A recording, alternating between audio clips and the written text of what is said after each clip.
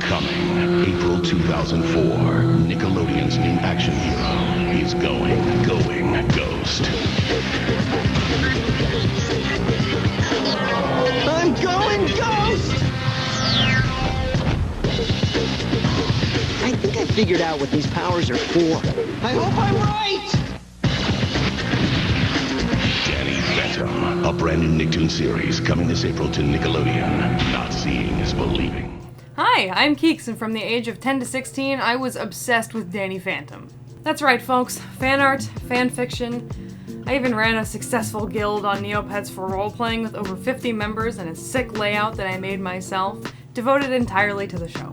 I made friends through the fandom, a few of which I'm still friends with online today, and I felt like I was friends with the characters too. I had all the episodes on iTunes, and I fit as many as I could onto my 30GB iPod video, and obviously, I got made fun of a lot for loving Danny Phantom as much as I did. These days it's pretty normal to stan something or someone, so having an obsession is pretty normalized, but I started middle school in 2006. A few kids thought it was cool that I could draw it, but most thought it was weird or annoying, and pretty much nobody around me thought it was a good show. This led to me hiding a major element of my young life when I went to college, and from about 17 to 23, I decided I should probably not talk about it. But in the last couple of years, I've noticed a resurgence in people talking about Danny Phantom. I regularly see people using this fan art edit of adult Sam on Instagram and Twitter as their profile picture, and I realized there is probably nobody better equipped to review this show than me. So for the first time in 9 years, I sat down, took notes, rewatched the whole show so that I could formulate this review. You should pause, grab a snack or something, refill your water bottle.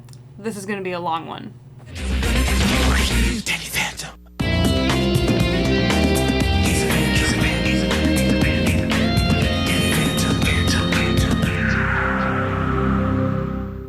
Did you like that? I hope so. I spent 15 hours of my life on it.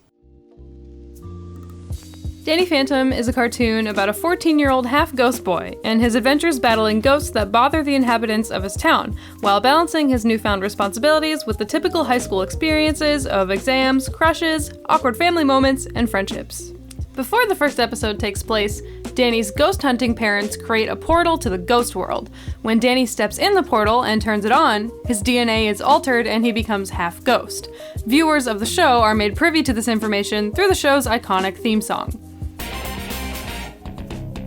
Over the course of the show, Danny learns how to control his abilities and gains new powers, and we learn about his relationships to each of his family members, his friends, his classmates, and even his enemies as he grows up from 14 to 16 years old. The series takes place in the fictional town of Amity Park, which, though never specifically mentioned, is suspected to be located somewhere in Central America, possibly Minnesota. Amity Park takes its name from Amityville, New York, which serves as the location of the 70s novel and series Amityville Horror. The show aired on Nickelodeon from 2004 to 2007. I want to introduce you to someone.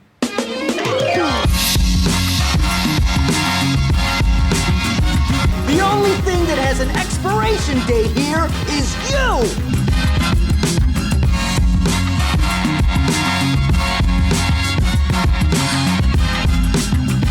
Why am I so depressed and angry all the time? You know badness when you see it. Guys, come on. I would love to have spent the last month studying, but I was fighting ghosts.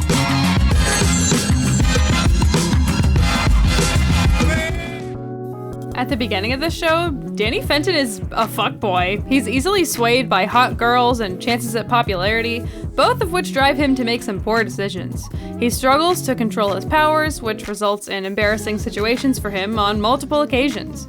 He also lacks confidence and is virtually invisible at school, and the only time he fights ghosts is when they get in his way or pose an immediate threat. But somehow, Danny doesn't have the time to study, with the excuse being that ghost catching is monopolizing his time, so he's a bad student. That doesn't really make sense until season 2. He gets down in the dumps easily, and he's not a very good listener. Daniel, no! The sword is a signal. A signal? A signal of what?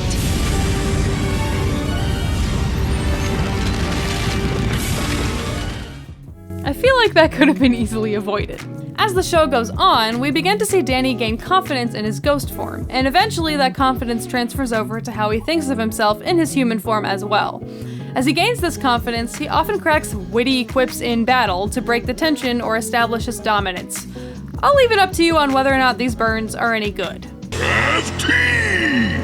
Tea? Ooh, good idea. Coffee could make you might jittery. Better yet, have some punch! Get back, you hunk of my dad's junk! Goofy ass. Down, boy! Don't eat that!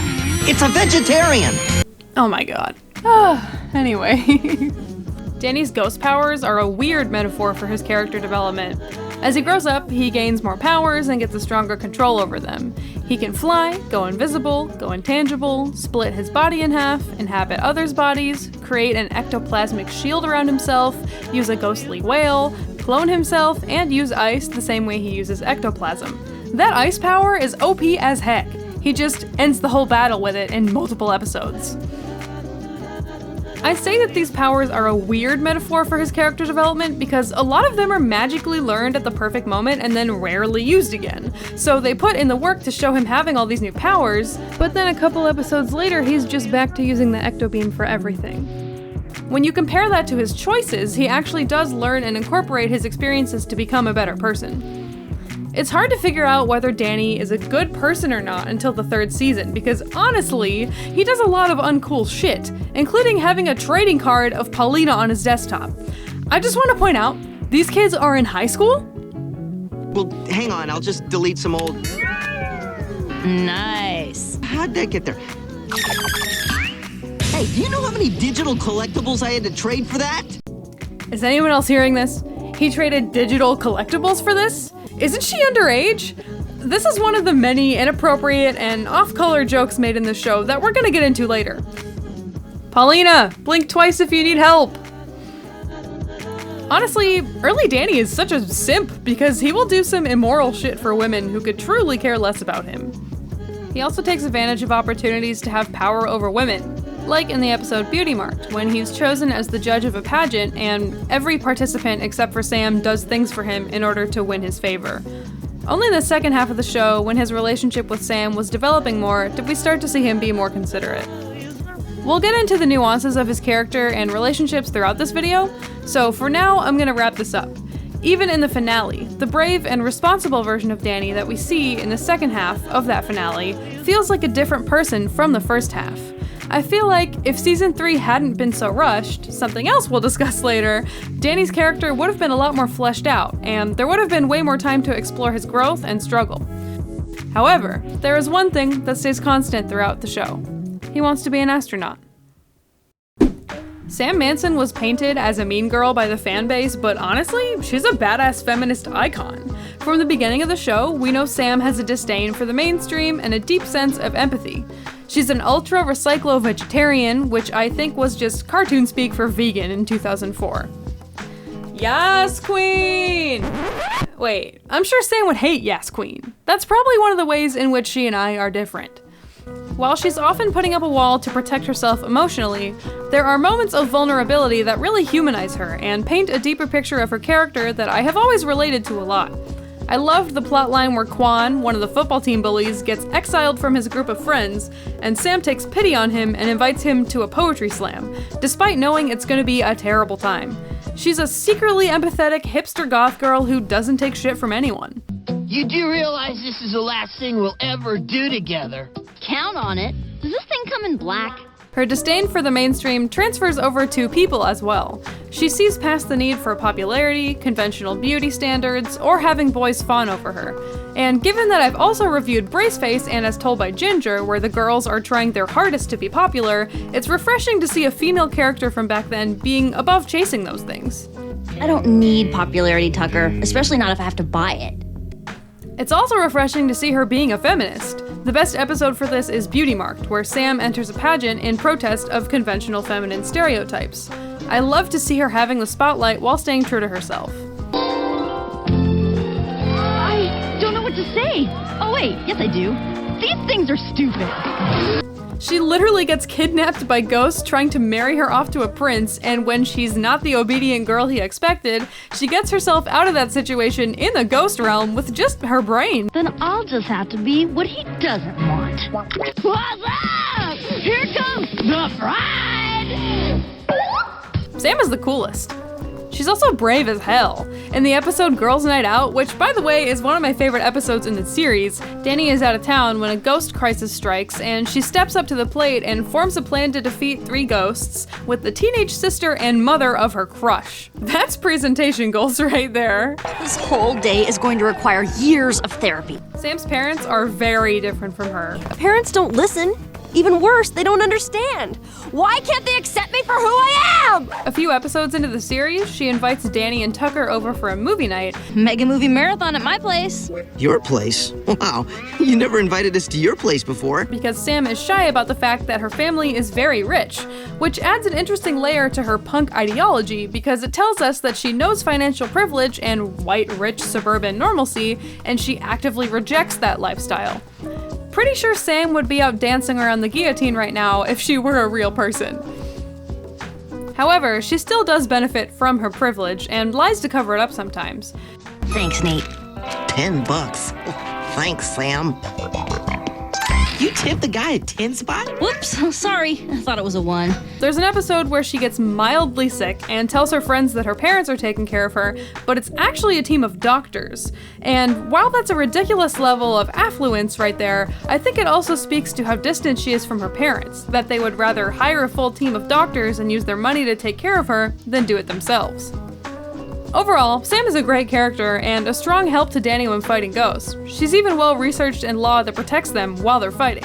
Do you have a search warrant? Warrant? Laugh it up, boys, but page 198, subchapter 7, paragraph 37B of the Anti-Ghost Code says you need a warrant. Tucker Foley, chronic tardiness, talking in class, repeated loitering by the girls' locker room. In the beginning of the show, Tucker is depicted as a meat-loving egotist. In fact, he can sniff out how far away meat is. That steak is still in the building. 200 yards, tops. Newsflash, liking bacon isn't a personality trait. I noticed the show did the same thing Braceface did to Brock, another black cartoon high schooler. They made him a goofy wannabe womanizer who lacks depth for at least the first half of the series. Tucker is unabashedly pervy, and I don't think his jokes would fly at all today given the current conversations around consent. You can just walk into people and take over their bodies from the inside? Yeah, pretty much. Hey, Danny, if you could control a girl for just about 2 minutes.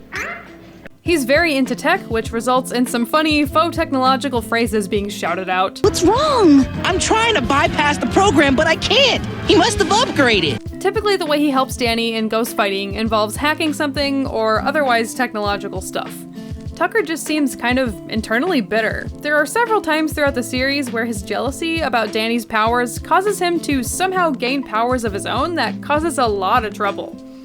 Woman, you will be violent. No, you didn't. Obviously, he does have moments where he saves the day, but it's not enough to redeem all of his actions.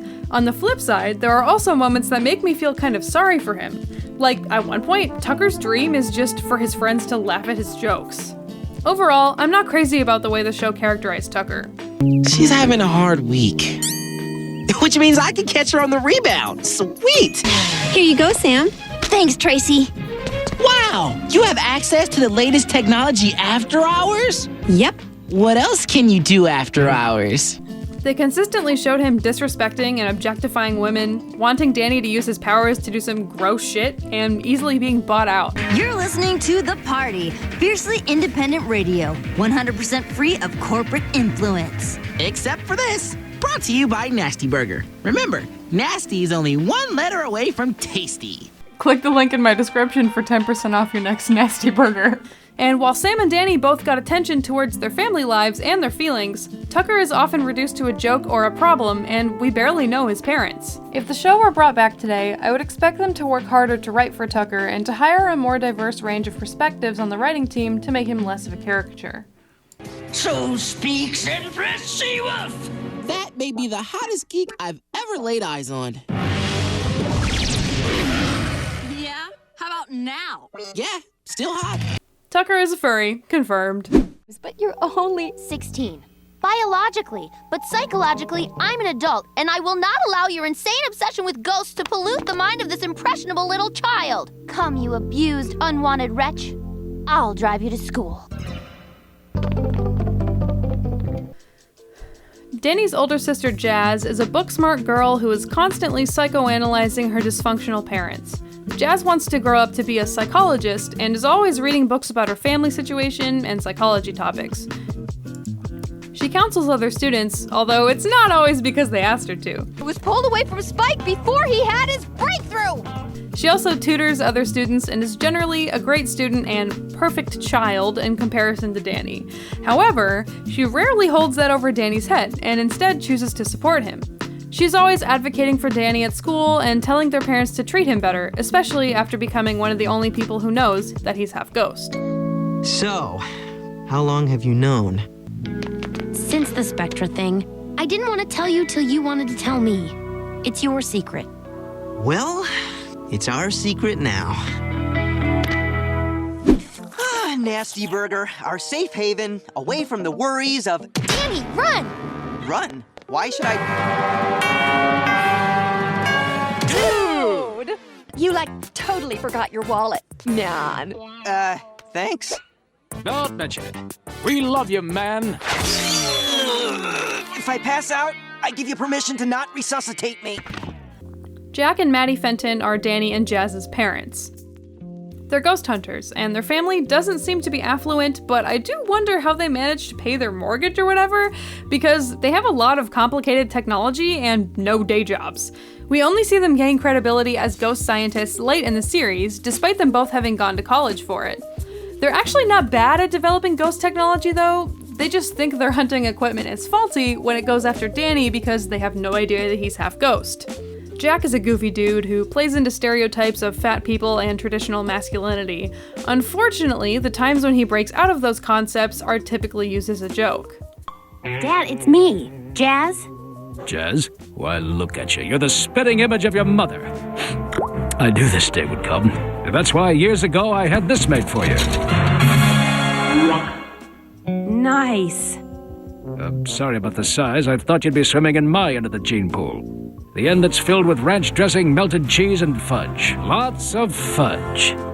If I didn't consider it a sign of weakness, I'd weep with joy. Maddie is a great fighter, but would definitely be considered an embarrassing mom. And boys, she's single. Mom! They're obviously very in love with each other, despite being so dysfunctional, which is a nice change from other very sterile and cookie-cutter depictions of parents often seen in cartoons made for kids. From the beginning of the show, we know that Jack and Maddie hate ghosts. They're kind of absentee parents, and a lot of shit slides under the radar because of how distracted they are. Jack in particular, I don't feel is a good parent, suggesting things like locking their children in the Fenton stockades, meant for torturing ghosts, or openly saying Jazz is his favorite child in front of Danny. They have a lot of episodic inventions, kind of like Danny's powers, but there are a few that we see often, like the Fenton Thermos, Fenton Dreamcatcher, and Fenton Ghost Peeler. Oh yeah, Jack names basically everything in his life after his family name. Even like, food. Yeah, well, if you ask me, he's being pretty egotistical. Hey, the Jack Fenton toast is ready! I'm now officially nauseous. Really? Try some Fento-Bismol! Why else would I say such a thing? I'd have to be some sort of, diabolical villain to manipulate you like that.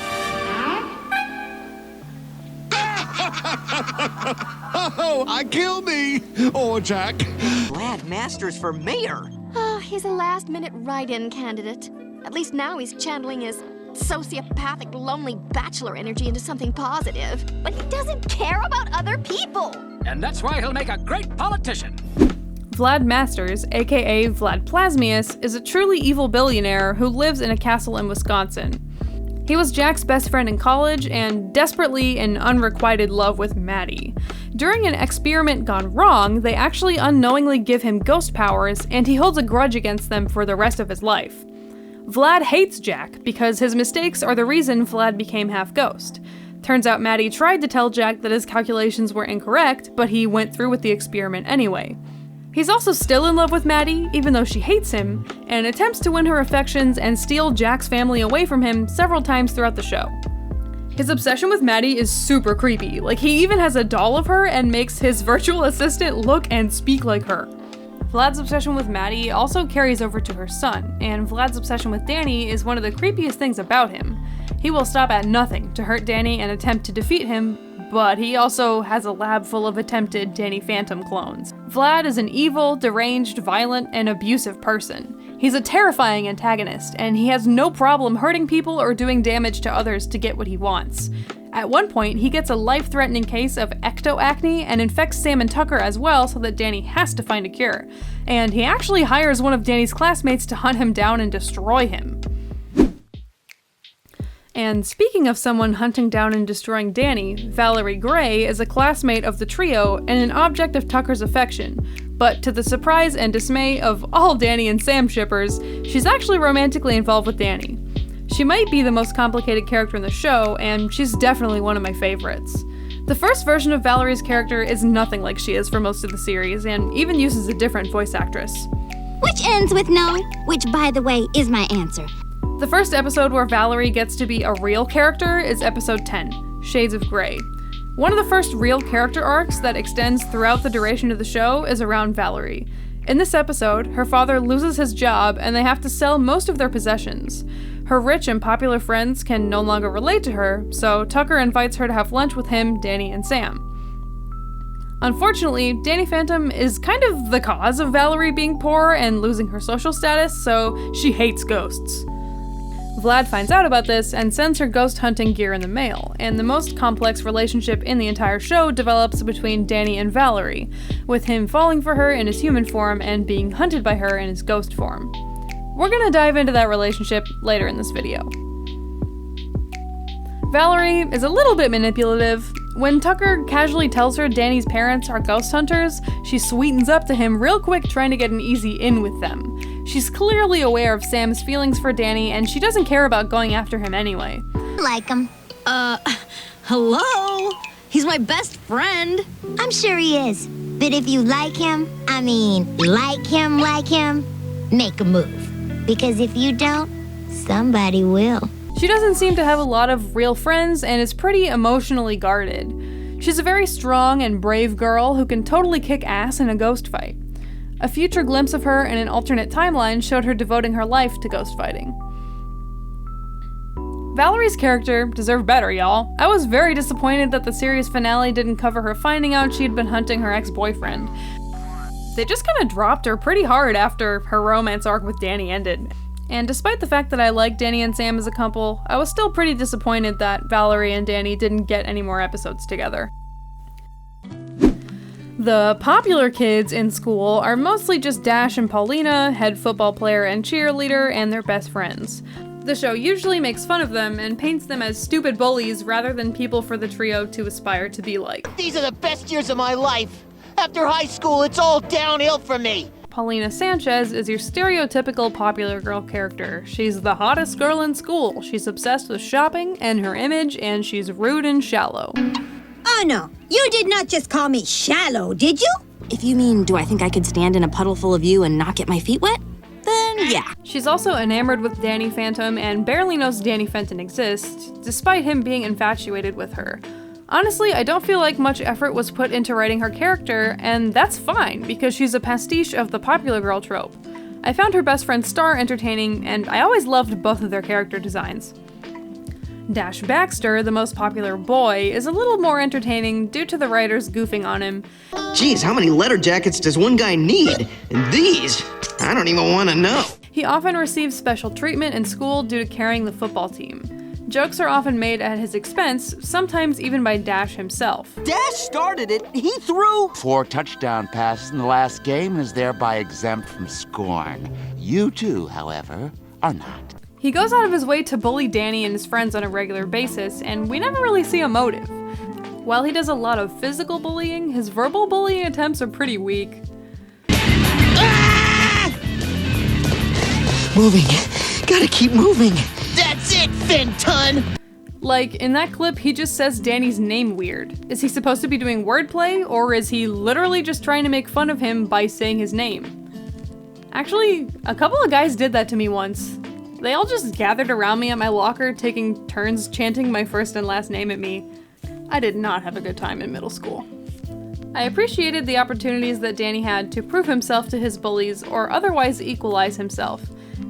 In his human form, he led the entire high school in a ghost fight to save the town's parents in pirate radio, and in micromanagement, he has to work together with Dash to unshrink them both and escape Skulker. Dash didn't know Fenton and Phantom were the same person at that point, but Danny still got to see Dash in a new light. Finally, have you seen this out-of-shape teacher? He was last sighted in the Casper High School library. Mr. Lancer is the vice principal of Casper High and also teaches several classes throughout the show. We see him leading English, math, history, science. Does this high school just not have any other teachers, or did the production team not want to deal with more teacher characters? Lancer was annoying to me as a kid, but as an adult, I found some of the things he did kind of funny. How do you kids say it? Dropping trowel. What makes you think I want to cooperate with the feds? Because ghosts are a constant threat to your student body. And because we're with the government and have access to your tax records. What do you want to know and how fast do you want to know it? He always curses using names of literary works, embarrasses himself trying to relate to the kids, and does a lot of goofy shit. Paradise Lost! Moby Dick! Pride and Prejudice! Chicken soup for the soul! The Adventures of Huck Finn! Cask of Amontillado! Waiting for Godot is anybody out there! War of the Worlds! Zen in the Art of Motorcycle Maintenance! You have a sister? I haven't seen her in ages. Can't afford the plane fare. You know, this would be an excellent time for you to say, gosh, Mr. Lancer, I never realized being a teacher could be so difficult. I'm 14. I don't really care. Yes! I knew I could do it! Hey, I did. I did know I could do it. Thanks. Yes, well, don't think this means I won't be keeping an eye on you, Fenton. Don't think this means you won't have to. I aced it! Ah, the old I don't get to see my sister speech gets them every time. Why don't they ever realize that's me in a dress? Of course, I have to mention Danny's cousin, Danny. Yup, her name is Danielle, but she calls herself Danny. Sure, who gives a fuck about creativity? Of course, Danny doesn't actually have a half-ghost female cousin. She's a clone created by Vlad in an attempt to make his own ghost boy. She was a fan favorite when her first episode came out, and that makes sense because everyone loves a good gender swap, but she's essentially a Mary Sue with Nobody's Home by Avril Lavigne as her theme song. Anyway, I found her character sympathetic as a kid because I identified with her feeling lost and without a loving family. I would have loved to see her character get more airtime had the show continued past the third season, but the 2 episodes she was in just weren't enough to see her become a fully fleshed out character. I've already done an entire video on the villains of this series back when tier lists were trending, but I'm gonna go ahead and shout out my favorite villains and some thoughts on why. I'm pretty sure Desiree was one of those early childhood moments when I knew I was into girls. Like, she thick. If she had legs, she could totally step on me. The show describes her as a harem girl who was promised a kingdom and luxury only to be banished by the Sultan's wife. You dare lay a hand on me? No man may lay a hand on me unless I wish it! Okay, feminist icon! Of course, everyone remembers Ember. When I was a kid, she was the raddest character. I loved her edgy outfit, her rocker persona, and her cool hair. She's apparently dating Skulker, which is kind of weird because Skulker is a tiny blob ghost in a large metal robot shell. Freakshow is the ringleader of Circus Gothica. He's actually the only villain I can think of who isn't a ghost. He just has a circus full of them. His episodes were some of my favorites because of their spooky moods and dark aesthetics. Nocturne was only the villain for 1 episode, but the chaos and shipping fodder we got from that episode was super fun. I loved seeing the character's dreams. His character design was gorgeous, with his body being like made out of stars, and I would have loved to see more episodes involving him had there been another season. Unfortunately, some of the most fun villains in the show only had one way of causing trouble, so the writers would have to get creative for bringing him back. Undergrowth was the same way when he took over the city. I also liked Clockwork. Not really a villain, but an interesting figure who typically refused to do the right or wrong thing, and he would just observe and manipulate time. Some honorable mentions are the Ghostwriter. He was voiced by Will Arnett and caused a fun episode where everyone spoke in rhyme. Penelope Spectra, a psychic vampire ghost who steals energy from students to remain youthful forever. Skulker, a ghost hunter and inventor. Technus, who surprisingly is not voiced by Gilbert Gottfried. The Dairy King, a rare instance of a benevolent ghost and the only ghost that my boyfriend remembered. And my least favorite villain, Klemper. Vortex, Kitty, and Johnny were all horrifying to me, actually. Vortex was another Season 3 villain of the week, but his ruthless destruction was genuinely terrifying, and he stuck out to me as one of the most evil and dangerous characters in the show, only second to Vlad. Kitty and Johnny are messed up because they use the bodies of underage women as hosts for Kitty, and Johnny definitely looks over 18. Do you have any idea how much trouble we're in right now? And for what? Not even so much as a thank you! Thank you, thank you, thank you, thank you, you guys! I'll never take you for granted again. Thank you, thank you, thank you! From the first glimpses of this trio, we can see that they're both supportive of Danny and clearly hang out together because of him. Danny and Sam have no problem ditching Tucker, though. There are several occasions where they leave him behind in a less than favorable situation. In the episode King Tuck, he gets so frustrated with Danny and Sam never listening to him that he lets it drive him mad with power. Stand down, Samantha! Samantha? Nobody calls me that! Clearly Sam cares for Tucker though, because despite them consistently being in direct contrast with each other in terms of values, she considers him one of her best friends. Although I don't think Tucker really understands Sam, there's a lot of humor in the two of them being paired together as parents for the flour sack baby assignment, and they help each other through a bunch of situations. Sam remembers Tucker doesn't like medical offices, and hides him from the nurse. It's best not to let him see. Come on, Tuck, find a happy place. Right. I'm not passing a nurse's office, I'm passing a modeling agency. Thanks, Sam. Tucker crashes Sam's date with Gregor to protect her. And I would like to go steady. With me? With you. And not with your losing friend Tucker. Tucker may be annoying, but he's one of my best friends. He's part of the package. There are points in the show where Danny is completely ungrateful for Sam and Tucker's loyal friendship, and they've clearly talked to each other about it because in Kindred Spirits, they confront him about feeling more like his sidekicks than his friends. And when you get into a fight, we're the ones who take the beating. Oh, come on, name one time. And the show just proceeds with a montage of Sam and Tucker taking the fall or otherwise, getting the short end of the stick. I hate this. I hate this a lot. In the episode Living Large, Danny's family gets super rich, and Danny even replaces them with robot friends while they try to fight ghosts without him. Tucker and Sam sometimes band together to hold Danny accountable for his actions, whether they're mad at him for skipping out on plans or trying to keep him from hanging out with the girl who's trying to kill his ghost half. There is also at least one example for both Tucker and Sam where they forgive him instantly, though. When they're not fighting ghosts, the three of them are kicking it at Danny's house or the Nasty Burger, typically just talking to each other. Tucker is clued in on Sam and Danny's future relationship before they are, really. And speaking of their relationship, Sam and Danny are one of the best pairings in 2000s cartoons and my personal favorite ship of all time. Despite their individual flaws and the subpar effort of the writing team, the characters are perfect for each other. He's a brat who needs to be called out on his shit, and she's got an emotional wall-up that only he can get through. And listen, if you want to come at me talking about Danny and Valerie, just wait a minute before you write that angry comment, because we'll get to that. While Sam clearly has feelings for Danny from the beginning of the series, when we first get to know these characters, Danny sees her as one of the boys. I get weak-kneed when I try to talk to cute girls. Oh, and you have absolutely no problems talking to me. So when do his feelings show up, and why? Was their romance forced? I don't personally think so, because we see this relationship start to develop pretty early on in the show.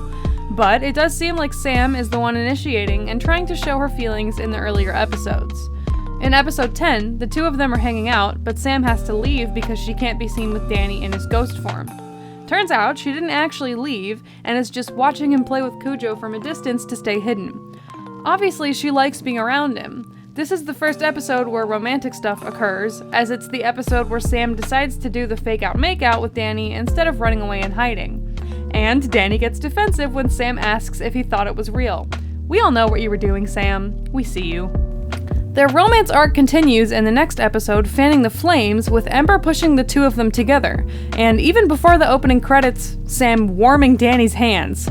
Bro, this is so transparent. There's a scene in this episode where Danny sits on his bed with a collection of Sam-related items and chants her name. He was under Ember's spell, but still, he already had all this stuff, including a lock of Sam's hair. Where did he get that? Kinda sus. After they established the romantic potential of these two characters, they cooled off on this relationship and kind of randomly inserted it at convenient points. This relationship really needed and deserved more screen time, but they do kind of write in the feeling that every time we see them in a romantic context, they are closer than the last time we saw them together, so we're kind of inferring some off-screen interactions. Around Control Freaks, he seemingly doesn't understand her too well, but she has an influence over him and plays a big role in saving him from Freak Show by reminding him that he is good on the inside. BoJack moment?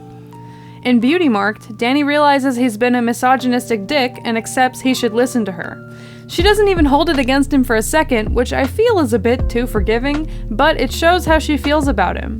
By season 3, in the episode Frightmare, Danny and Sam go into Frightmare's dream to stop him together, and they seem to have an unspoken understanding of each other. Also, no one protests to Sam being called his girlfriend, despite them complaining in the previous times it had happened. We're not lovebirds! I really enjoy seeing these two banter with each other. There are some funny moments in there. Silence! Oh, Sam of the very vegan. Wow, in the world of freaky, hairy, frozen people with bad breath, you're a legend! The episode Double Cross My Heart, when Sam dated Gregor, was an interesting episode for this relationship. People complain about Sam being jealous and spying on Danny and Valerie, but Danny clearly holds feelings for Sam at this point, and in his jealousy, he totally crosses a line where he follows Sam around the city on her dates to make sure she's okay because he doesn't trust Gregor. It's kind of the same scenario flipped. She gets super mad at him for following her, but Gregor turns out to be a lying douchebag, and they're clearly fine by the end. These season 3 episodes quickly turned the dial up on their relationship leading up to the finale, and there are a lot of cute moments between these two that make it obvious how important they are to each other. I was kind of surprised and impressed with the maturity of some of their conversations. It's also revealed that Sam is actually the reason Danny became half ghost.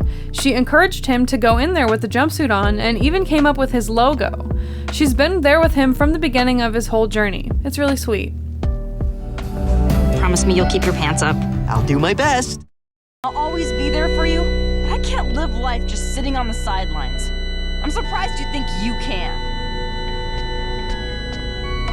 Danny, I swear, there are days I wish I had never even met you. Your powers make you unique. Unique is good. You really think I'm smart? I couldn't imagine my life without you.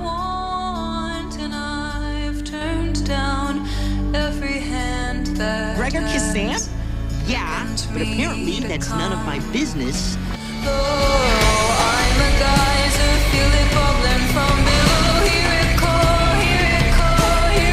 Couldn't imagine my life without you either.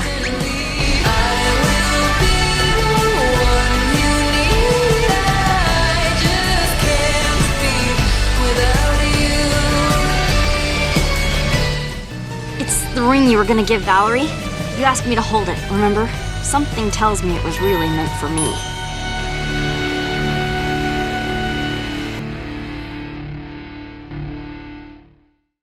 I could never have done any of this without you. And I don't care what's coming next. I just hope that, whatever it is, you're there to share it with me.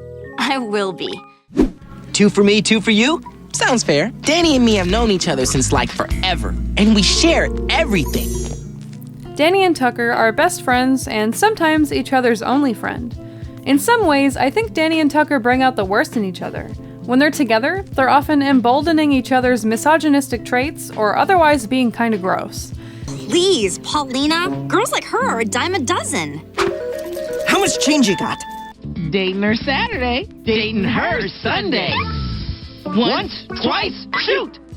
Ha! Dayner Sunday. When they're goofing around, Danny goes too far messing with Tucker sometimes, and it's painted as a gag. Hi, I'm Tucker. Don't let the PDA glasses and lack of muscles fool ya. I'm a stud. I hate when you do that. I'm Danny Fenton. Don't let the concussion and bruises fool you. I need more practice.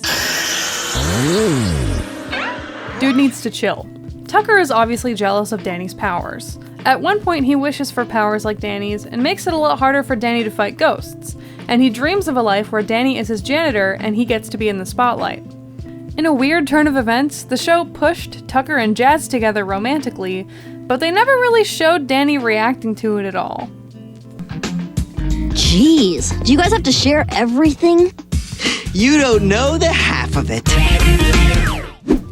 For most of the show, Jazz is one of the only 4 people who knows Danny is a ghost, the other 3 being Sam, Tucker, and Vlad. Danny is kind of a dick to his sister despite her good intentions and genuine care for him. They said yes! Who said yes? The person you asked if you were a conceited snob? Where the hell did that come from? When Danny says this, we haven't seen any previous bitching on her end, so are we supposed to just assume that she's shitty to him off camera? It's super out of context with what the viewer gets to see of their siblinghood. Jack Fenton has neglectful tendencies, often acting selfishly and completely oblivious to the needs of his family members. He ignores his children and forgets his wedding anniversary every year. This is basically all chalked up to his obsession with ghosts, which is really so fanatical that it drives a wedge through the entire family. Danny is terrified of his parents finding out his secret because his parents are constantly hunting down and trying to kill his ghost form. Jazz is constantly horrified at the psychological damage her parents are inflicting on them. Both kids are even scared of their parents divorcing at one point. In a sweet turn of events, at the end of Reality Trip, we actually see Jack and Maddie completely accept Danny for who he is. So even after he erases their memories, he moves forward with the knowledge that they love him. Oh, my baby boy! All this time we've been yammering on about destroying and dissecting ghosts. I'd have been terrified too if I were you. We love you, sweetie. You. Whether you're a ghost, boy, or something in between. Danny and I used to be so close. If we could find the ghost at Jazz's school, we could have peeled that ghost like an onion. Gee, I don't know. Everybody knows humans can't have ghost powers. Well, we can't completely vaporize it. Don't you want to at least examine the remains? I sentence you back from whence you came! Divorce? What?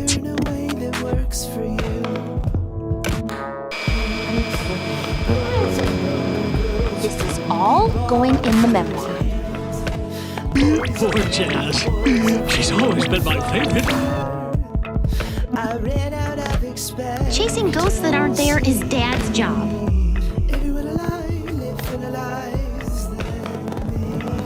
You are awesome! Is there something wrong with Danny? Is there a ghost involved? Isn't there something you want to tell us? It's okay, Danny. They know.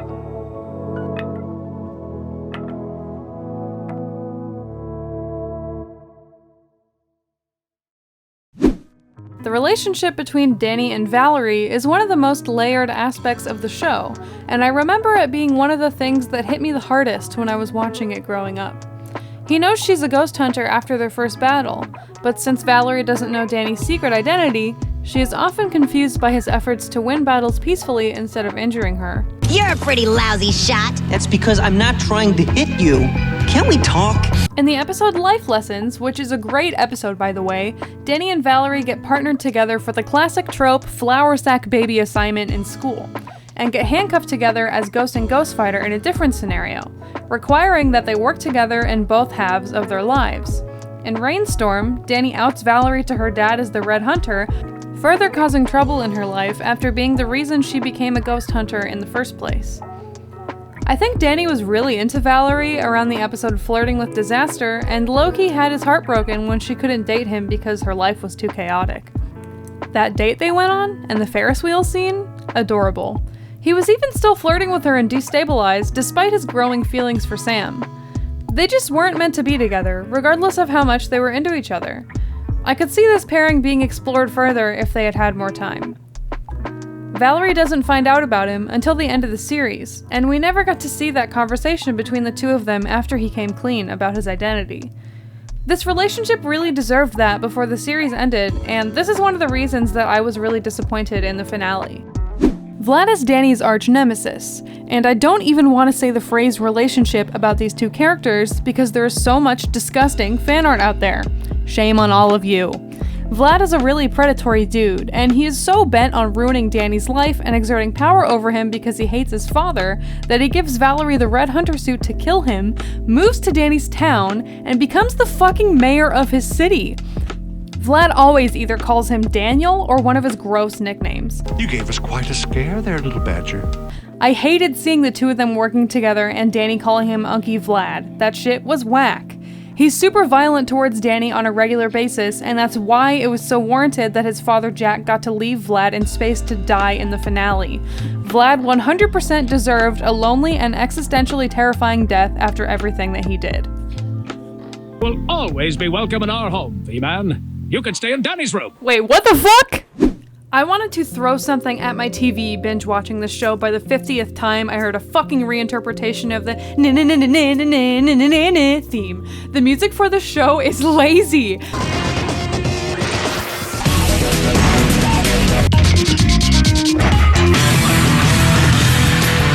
Why is a band playing this? I appreciate that they had music going throughout a lot of the scenes to set the mood, but that shit got annoying so fast.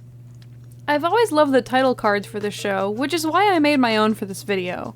The show uses some very rich color palettes that are nice to look at and super moody and spooky. I love how they switch to a darker purpley palette when Danny is in ghost mode. It's kind of a weird diegetic choice. Is the sky really turning purple for everyone every time he fights a ghost? Either way, it sets the mood well. The show was only occasionally gruesome and creepy. The art typically looks nice. I noticed only one coloring mistake the entire time I was watching, this right here in Identity Crisis. If you can't tell what the mistake is, it's the white part on top of Danny's suit, which is usually there above the D, and then you can see it again in the next shot. The show's animators played with perspective shifting a lot. There are some very difficult looking and really nice shots in here. The show went through several character art style changes during its run. I believe from being animated overseas by a few different studios. You can yell at me in the comments if there was a different reason. The first stylistic change is around episode 10, where the characters' shapes change a bit into the most recognizable variant of the show's style, which lasted through season 2. However, that early style would sometimes come back in, like at this moment in Fright Night, this moment in Lucky in Love, or this moment in Doctor's Disorders. Later on, around the episode Flirting with Disaster, changes in production led the show's character design to be blockier, more standardized, and geometric. A lot of people hated the show's style shift, but I kind of think it lends to the way the characters were growing up. The three of them look less awkward and more confident in the later style, and they had aged up from 14 to 16 by then. I think Urban Jungle is one of the best looking episodes of the show. Sam's character design is awesome, the environments look really nice, the proportions are super even. I'm sad this episode was only 20 minutes long because it carries the same weight as the double-length specials in my mind. Surprisingly, the pilot does a good job of establishing the characters and the setting. Where a lot of shows often later have to change aspects of the characters' designs or personalities, the basics of the main cast are all laid out after Mystery Meet. The biggest omission I found when reflecting on this was Tucker not being a tech geek in the first episode. I think they may have added that aspect of him to give him more depth since his role in the pilot was just Danny's meat-loving friend who opposes Sam. That being said, in general, I find the first few episodes the hardest to sit through as someone who has seen all the episodes an endless number of times. The characters' dimension and relationships aren't built up enough to be truly interesting yet. The personal development arcs they tried for Danny were interesting, especially the Ultimate Enemy, which I think is a great preview into how dark the show was going to be had there been a 4th season. I held off on talking about Dark Danny earlier because he's really instrumental to the Ultimate Enemy. The idea that Danny's worst enemy is really himself, and the darkness inside of him that we saw moments of throughout the show could overtake him in some version of the future? That's heavy stuff. The stakes are really high in that episode, and he's much more of a true hero at that point than even a few episodes prior. Obviously, I like the writing for Valerie and the relationships in the show, but everywhere I look, it just feels like they didn't do enough, or didn't use the time they had well enough to tell all the stories they needed to. I think for casual viewers of the show, or those who are just remembering their childhood memories of watching Danny Phantom, this show is cast in a very positive light. But if you're a longtime member of the fanbase, or someone who's rewatched it as an adult, you might agree with me that this show is a damn mess. What a mess. And that's why I called this review, You Don't Remember Danny Phantom. Season 3 was super rushed and very villain of the week. Despite enjoying these episodes on their own, they aren't very strong as a narrative and rather transparently serve to level Danny up and build his relationships with Sam as the finale approaches. Oh my god, the finale. You know how I said that Danny gradually builds his confidence throughout the show? Well, they throw all of that out the window in the finale just to take Danny's powers away for a few minutes and establish stakes that didn't need to be there. The Earth is already going to be devastated. The finale was the real disasteroid, and it spent a bunch of time on Danny having this personal struggle instead of tying up loose ends. Question: how did everyone still not realize that Danny Phantom and Fenton were the same person when Sam and Tucker were standing next to Phantom as they presented the plan to save the world? How did no one realize this throughout the entire show? They have the same face and hair. A palette swap shouldn't be that much of a disguise. It's one of those things that you have to just accept to enjoy the show. There are a lot of comments made about society, pop culture references, and jokes written for adults in this show. Let's just kick back and check those out for a minute. The Abyss corduroy button-down fleecy tee has been discontinued. If you haven't already got one, you are doomed to languish as a toxic social outcast for a period of no less than 5 and no more than 16 weeks. You better let her know your family's insane now, Danny. If you marry her and she finds out later, that's entrapment. Give me that! Everybody knows that every new version of Portals Excel has a gigantic hole in its security system. Am I interrupting something that I hope I'm not? I can't wait for the Sayonara Pussycat movie. I want to see it so bad. Why should we trust you? Because I'm with the government and I can audit your taxes if you don't. You'd scream too if you were stuck in a sleepover with her. Actually, I kind of doubt that. Doing manual labor for a geek we used to make fun of? This isn't supposed to happen until we're like 30! Let's talk about how the show is viewed in 2020. I've seen people online saying Sam is a pick-me type. I want to pose this question. Where do we draw the line between someone who says they're different and someone who is genuinely different? The not like other girls stereotype didn't exist in the same way when the show was airing. The manic pixie dream girl type had just been given a name. Does Sam hate all other girls like people say she does? Or does she feel like an outcast because she truly has nothing in common with the young women at her school? They never showed another goth girl walking around. They usually showed her being bullied and insulted by other girls at school. Sam was written as a punk, but through the lens of 2020, she looks like something different. I find it a bit reductive to call Sam a not like other girls type and leave it at that because, in my opinion, she's a lot more.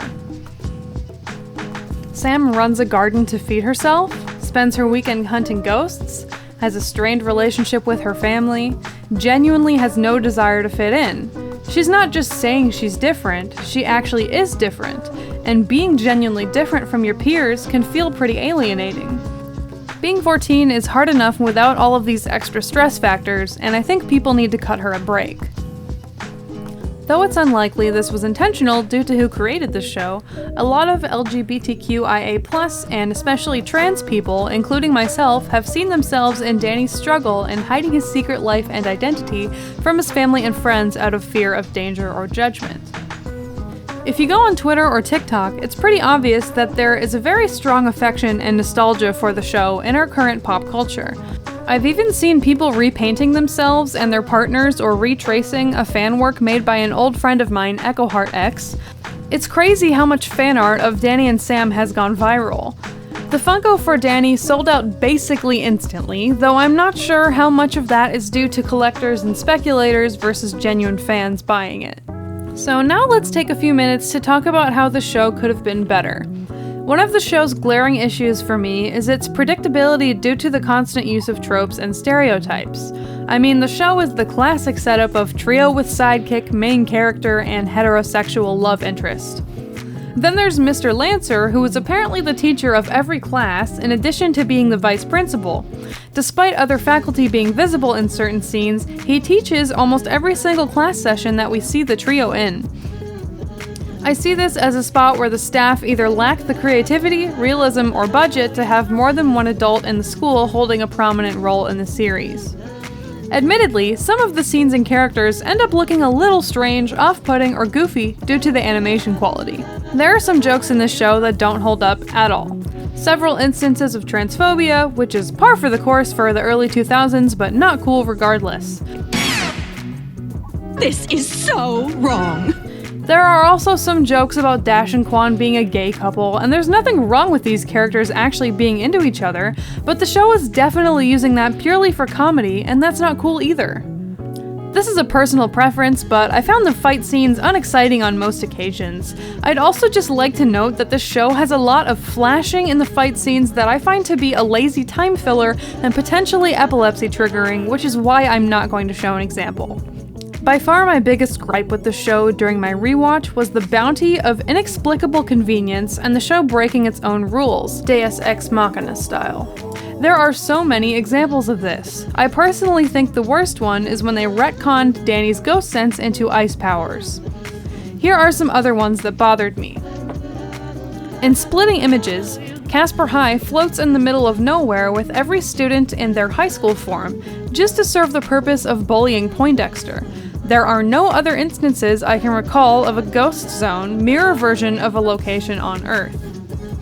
In What You Want, Danny casually uses intangibility to go through a trash can instead of walking around it, when normally using his powers in public is an absolute no. In Shades of Grey, Sam throws a book at Danny in his ghost form and it goes right through him without him having gone intangible. In that same episode, Sam catches on that the Red Hunter sounds like Valerie, but nobody listens to her. In Rainstorm, Fright Night hops on his horse to chase after Valerie, despite the fact that all ghosts are supposed to be able to fly. And in Reality Trip, the Reality Gauntlet conveniently has a defense mechanism that allows the trio to send the 3 gems to different places. Okay, now that I've got my complaining out of the way, despite its pitfalls and unfortunate pacing, this show did a great job of creating sympathetic characters. Danny's struggle in school and managing all aspects of his life from season 2 onward was very relatable as a young person. For me, I had a secret gender identity that I feared my parents and peers knowing about. Valerie keeps a dark secret from her father and peers too. Sam never related to her parents. Danny wanted to split away from his ghost half and his responsibilities. He considered cheating on a test. Tucker didn't feel heard by his friends. All of these things were relatable in some way and did a lot to emotionally ground the show and make it more than just an action villain of the week series. The double-length episodes, often teased as movie episodes back in the day, were 45-minute installments of the series, which gave the writers and animators a shot at more long-form and in-depth storytelling. It's in these episodes where we can gather some clues on where the show could have gone with more seasons, or what a revival could be like with the right direction. The Ultimate Enemy in particular is a huge hint at what the show could have been if it were for an older audience. I remember thinking it was absolutely epic when I was younger. Same with Reality Trip. I watched that one over and over again. I couldn't get enough. If you've never seen Danny Phantom before and you want to give it a shot, here are a few episodes that I think are worth your time. Shades of Grey. This was the first episode that really grabbed my attention and held it during my rewatch, and I know it was one of my most played on iTunes back in the day too. I feel like this episode is when they finally had a direction for what the show was going to be. It even shows in the art of the episode. The characters look a bit more fluid and expressive, like the animators were getting comfortable working with them. Teacher of the Year was cool to me back in the day because I've always loved video games, and the in-game aesthetics of Doomed were great. It was also awesome seeing Sam being the best player in the game as a young girl. Control Freaks is some really dark shit, like this last episode of the season is really where things start to feel more serious and dramatic with weight to the characters' actions. Danny said, "A cab." In Memory Blank, tensions rise between Danny and Sam to a point where they wish they had never met, and Sam has to figure out how to get things back to normal. This one's really fun too. The Fright Before Christmas is a really special episode because the entire thing is in rhyme. It's a great episode to watch during the holiday season. Reality Trip is my favorite of the double episodes. It's a really fun road trip story with high stakes, and I liked the animation in this episode a lot. Girls' Night Out is super energetic and one of the most fun episodes of the show, starring a lot of the female characters from the show with a lot of the men removed. Frightmare is a super ship-heavy episode that involves the dreams of the main characters, so it's really fun to see into their psyche a little bit. It's common knowledge that Danny Phantom was cancelled after 3 seasons and did not get to reach its full potential. The show was not reaching desired ratings and the animation went over budget. Nickelodeon really fumbled the bag with merchandising for the show. With all the ghost fighting gadgets, there was endless potential for toys, and I would drink out of a Fenton thermos to this day if I could. There could have been Halloween costumes too, and the show had so many marketable villains. We could have seen Danny's life go in darker directions, and I think because of that this show would work well as an adult animation if they aged the characters up to college. Given the divorce of Nickelodeon and Butch Hartman, and the general public opinion of him at this point in time, I don't see a season 4 getting greenlit. I think that's a shame because there were many stories left for Danny, Sam, Tucker, and the rest of the cast to tell and experience. Because of the show's cancellation, the finale episode Phantom Planet is a mess. We talked about that already. I don't want to think about it again. I'm tired. To be honest, I'm not crazy about the first 10 episodes or so, and if I hadn't been watching it under the conditions of having seen the whole show before and for the purpose of reviewing it, I'm not sure I would have been interested enough to continue. However, once the character relationships start to get fleshed out and there's some world building going on, the series transforms into something bigger than the sum of its parts. Once we get to season 2, Danny Phantom is more than just an episodic action show. Once it gets its bearings, Danny Phantom is a coming-of-age story, and it's also a story about navigating family relationships, friendships, and romance. It's a story about the inner battle with oneself between right and wrong. It's a story about the choices we make and how they can affect those around us. Danny Phantom is far from a perfect show. It's a picture of wasted potential, flawed and problematic character writing, and a story cut short before it really had its chance to show its worth. So why did I love it so much? Why does the whole world seem to love it so much? I think the show creates a world that is really easy to dive into. When I was younger, the fandom created a universe that was so much more than just those 53 episodes, and I immersed myself in that universe for years. I found this old journal entry from 9 years ago about what the show meant to me, and I think it's a fitting way to close out this video. Now rolling take 2 of the journal prompt. Prompt. Write a journal about how you got hooked on Danny Phantom. What and when was the first episode you saw? Why did you fall in love with it? Why and when did you enter the online fandom? What are your reasons for drawing fan art or writing fanfiction? Here's my answer. Here we go. Oh man, this show changed my entire life. It changed my hobbies, sense of humor, gave me new friends, interests, outlook on life. I believe I tuned into Mystery Meat the first night it ever aired. My family used to watch Nick constantly. I thought it was alright, funny, good characters, but I was 9 then, so I didn't really take it into account all that much. I remember coming home and turning on the TV in my little sister's room and hearing my siblings say, "Hey, it's Danny Phantom," and we watched it, but I didn't purposefully tune in that often. One night, I came home from a friend's house and Rainstorm was on, and I was sad I missed it. I didn't actually see the episode until a month or 2 ago. It was the summer after 5th grade, so I was 11 or 12 when one night on Neopets, I was browsing the forums. I saw this post that said, "Save Danny Phantom!" And I was like, what the heck? So I clicked on it. I found out that this girl named Kit, she and I became best friends, I miss her, was posting about the cancellation of Danny Phantom, and immediately I became obsessed with the show. I was so upset that it was being cancelled. I remember I wrote in my diary saying that I was going to see the final episode if it killed me. And I did watch it at my mom's office because it was the only place that I could access cable. I stayed up all that night drawing Danny Phantom pictures and watching YouTube videos and researching its cancellation. I made a Save Danny Phantom guild on Neopets, and we ended up with like 50 or 60 something members. I made a ton of friends during that. I wrote a 21 chapter, and not finished and incredibly hilariously bad, fanfic called My Immortal. I didn't know about the Harry Potter one at the time.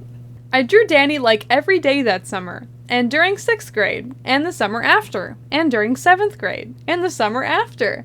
And guess what? Now I'm gonna be a junior in high school, 11th grade, and I'm still drawing him constantly. I fell in love with Danny, not even kidding. I had dreams about all the characters, talked to Kit about being half ghost, she always said she was. I drew him and me together so much. I squealed at every video Eternity Shadow put up on YouTube because they were so cute and amazing. My family got slightly concerned, they thought it would pass, but oh no. At school, everyone knows me as the girl who draws Danny Phantom like it came off the TV screen. My boyfriend has come to accept the fact that I will love the ghost boy forever. I didn't love that guy forever though, we broke up. My family instantly recognizes the voice actors and the theme song. My friends either tease me about it or rap it with me. Because of this show, I got into drawing. Because of this show, I discovered my love for animation, and that's what I want to pursue in a career. Because of this show, The Flight was created. Originally, they were just characters I wanted to put in a fanfic, but since then, they've evolved into their own story and comic, and eventually I hope to make Flight an animated TV show. And I love Danny Phantom more than ever. This show is in my Netflix instant queue, and I watch it whenever I need a pick-me-up. Every episode has been watched probably more than once, honestly. I have a ton of the episodes on iTunes, and the rest are on my old computer that died. My sketchbook is filled with Danny Phantom doodles, and I still love Danny and Sam. I found a lot of the Danny Phantom show parallels in my life. Danny and Sam, a lot more often in fanfiction than the show, but still, remind me of me and my boyfriend. Again, we broke up. There are a lot of others, but I don't want to list them because that's overkill. So, yeah, Danny Phantom. It got me through a rough time in my life. The summer I became a fan, my family was having a lot of issues. We have been ever since, but having a place to go and get away with drawing and Danny Phantom has always helped. Danny Phantom is, and will always be, my favorite show.